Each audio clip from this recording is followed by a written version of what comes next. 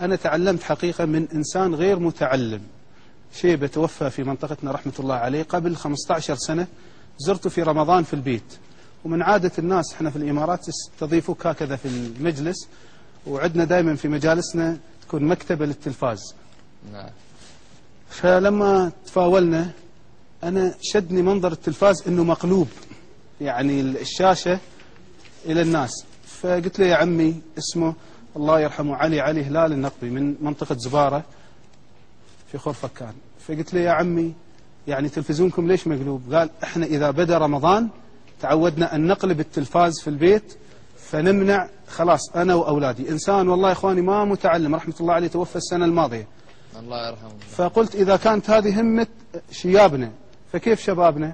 فاتخذنا قرار مع الأسرة الكريمة، مع الوالد الزوجة والأولاد، ولله الحمد يعني استنينا بهذه السنة. والآن الحمد لله 14 سنة إذا جاء رمضان مباشرة الأولاد يروحوا ها علي، يروحهم يقلبوا التلفزيون، يقولوا خلاص احنا اكس على التلفزيون في شهر رمضان. نستطيع أن نصبر، الناس تصبر على الجوع والعطش، ما نستطيع أن نصبر على مشاهدة التلفاز. وسبحان الله أقول للأخوات الأمهات والآباء احرصوا من سارق الحسنات، التلفاز يسرق حسناتكم. الإنسان يصوم من الصباح الساعة 5 فجرا إلى 6 أو 7 مساء، ثم إذا جاء الإفطار ذهبت هذه الحسنات بفوازير بمسلسلات.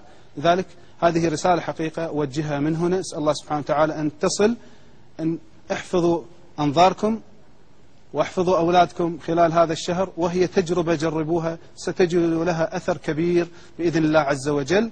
ولا تنسوا أن تعكسوا التلفاز بهذا الشكل. الله يعطيك العافية.